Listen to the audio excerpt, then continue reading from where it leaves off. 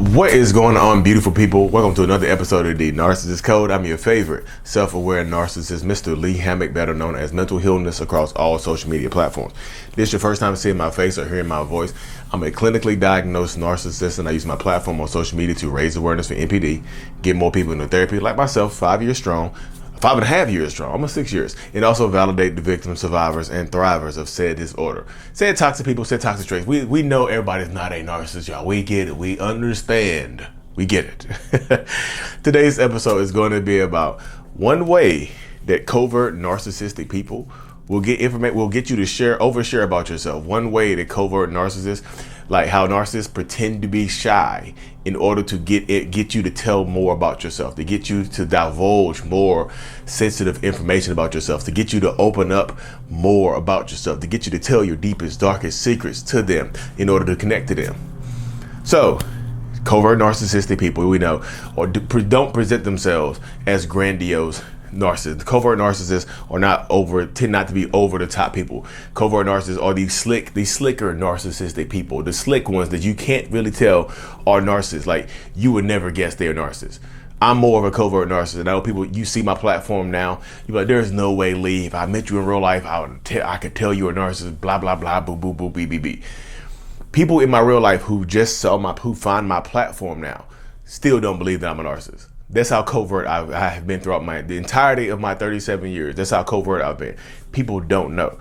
And one way that I would get, like, especially when I'm meeting new people, especially when I meet women that were interested in me and whatnot, I hate rejection, like a lot of narcissistic people do. So I hate rejection. I hate being rejected. It just, whoo, boy, rejection brings on so much shame and pain and anger and anguish.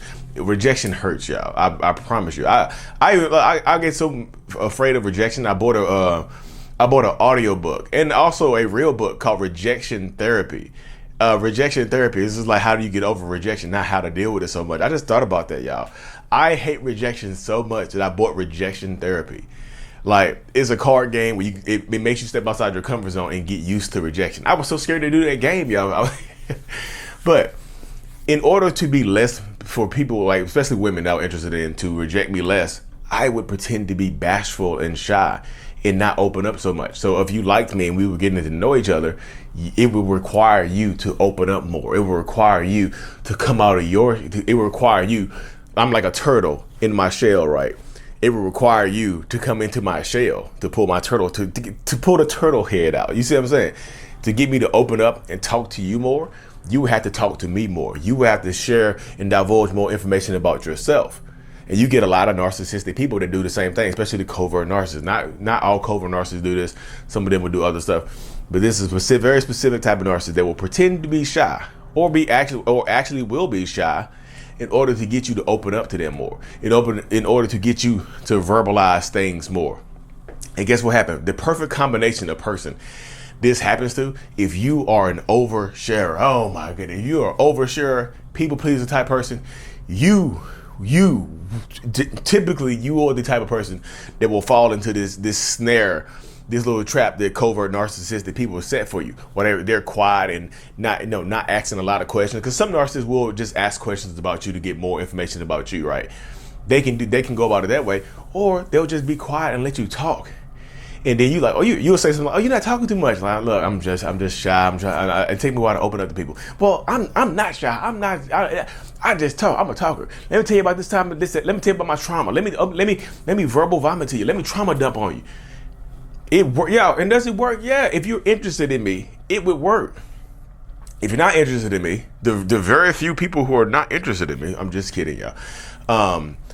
If you're not interested in me, it typically doesn't work this way. But if you are interested in me, if you are pursuing me, guess what happens? You fall into the trap. If you are pursuing a narcissistic person that is shy or bashful or pretending to be shy and bashful, you can and will fall into this trap where you overshare, you trauma dump, and you telling so much about yourself. And they can, like, we as a narcissist on the other side can share very little about ourselves. You see what I'm saying? We share very little about ourselves, and you're oversharing about yourself. So it comes down to the dynamic that you might, like, after the first date, second date, whenever we get to know each other, your description of me would be, oh, shy, bashful, whatever, but he's a good listener. He listens. I never met a man that listens like him.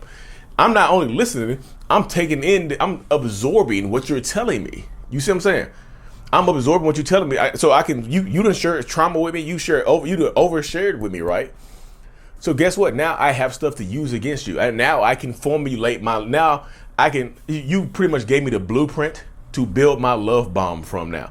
Now I can build my love bomb from this blueprint. You know what I mean? And that's how it happens a lot of the times, y'all.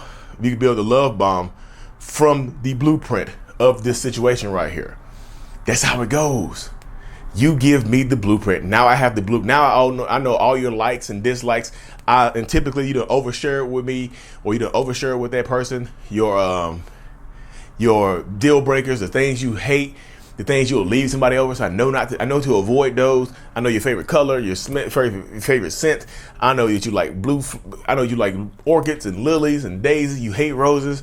I know all of this stuff, and I didn't have to say a word to get it. You just gave it to me because you were trying to pull me out of my shell. You were trying to get me to open up. So you over-opened.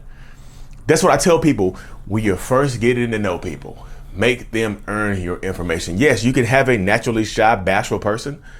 That you can have a person who's authentically shy, but make sure that they are sharing things with you as well, and make sure that you are not oversharing with this person. You know what I mean? Make sure that you're not sharing too much too early on, because that's how you end up getting manipulated. That's how you end up getting pulled down a rabbit hole of manipulation and trauma dumping on somebody that you barely even know, because you like them, because you think they're cute, because they're over 6 feet tall, or so they meet your physical, the physical attributes of what you're looking for. So you try to make them meet the rest of the attributes. You see what I'm saying?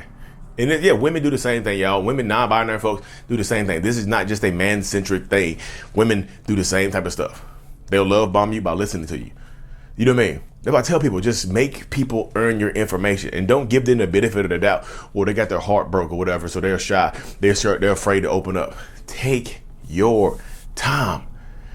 I tell this to so many people, y'all. Take your damn time. I ask this question right here, y'all. If this is forever, why are we rushing? You know what I mean? If this is forever, why are we moving so fast? You see what I'm saying? If this is forever, why do we have to rush? If we are going to be together for a while, why are we rushing to overshare information? Take your time, please. This is a plea for me to get y'all to take y'all's time. You know what I mean? A plea. Oh, Mardi Gras at the castle in Greensboro, North Carolina, Castle McCullough. Y'all going to the castle. If you're Jamestown, Greensboro, oh no, I can't go. But this happens a lot, y'all. So if you're dealing with narcissistic, toxic people, just make sure, or anybody in general, doesn't have to be a narcissist, doesn't have to be a toxic person. Anybody in general, make them earn your information. Yes, they can be naturally shy people, but make sure that they are sharing with you some real stuff, and not just faking the funk and pretending to be shy. Especially if you already know this person. If you know this person through the grapevine, and you hear things about them, some of the stuff might be true, some of the stuff might not be true. Just vet your information about this person. Especially if you already know this person previously. If this is your affair partner, watch it, buckle up. You see what I'm saying? But you have to understand that some narcissistic people will pretend to be whoever they need to be, and you overshare. And once you overshare, you lose, y'all. You lose. Anyways, y'all, let's wrap this episode up today. Now, y'all like these podcast episodes, just short and sweet to the point, y'all. Self-Love Journal is available on Amazon. This is a look on the inside of it, y'all. It is about self-love and self-empowerment. I'm resilient. You have to fill out the journal on how you're resilient. I'm aware. It's like that. Self-Love Journal. The link is in the description of every video and podcast I do. One-of-a-kind in-person workshop, Orlando, Florida, on May the 20th, 2023.